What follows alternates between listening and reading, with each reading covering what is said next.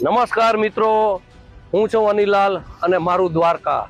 આજ વિશેષ વાત કરવાની છે મારે કે દ્વારકાથી જતો જે નાગેશ્વર જ્યોતિર્લિંગ મુખ્ય હાઈવે રોડ છે, આ હાઈવે રોડની છેલ્લા 3 વર્ષથી અત્યંત બિસ્માર હાલત છે કે જ્યાં કહી શકાય કે ખાડાઓનું સામ્રાજ્ય.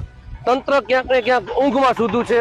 કહી શકાય કે તંત્ર દ્વારા જે આ રોડને મંજૂર કરવામાં આવ્યો છે માત્ર કાગળ ઉપર જ હોય તેવું લાગી રહ્યું છે, કેમ કે લાખો શ્રદ્ધાળુઓ અહીંયા હર વર્ષે આવતા હોય છે. તો ભગવાન મહાદેવના દર્શન કરવાને 12 જ્યોતિર્લિંગમાંનું એક જ્યોતિર્લિંગ નાગેશ્વર મહાદેવ છે.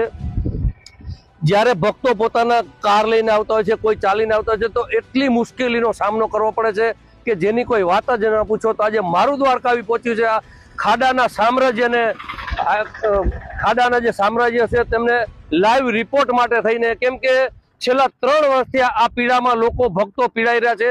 જે લોકો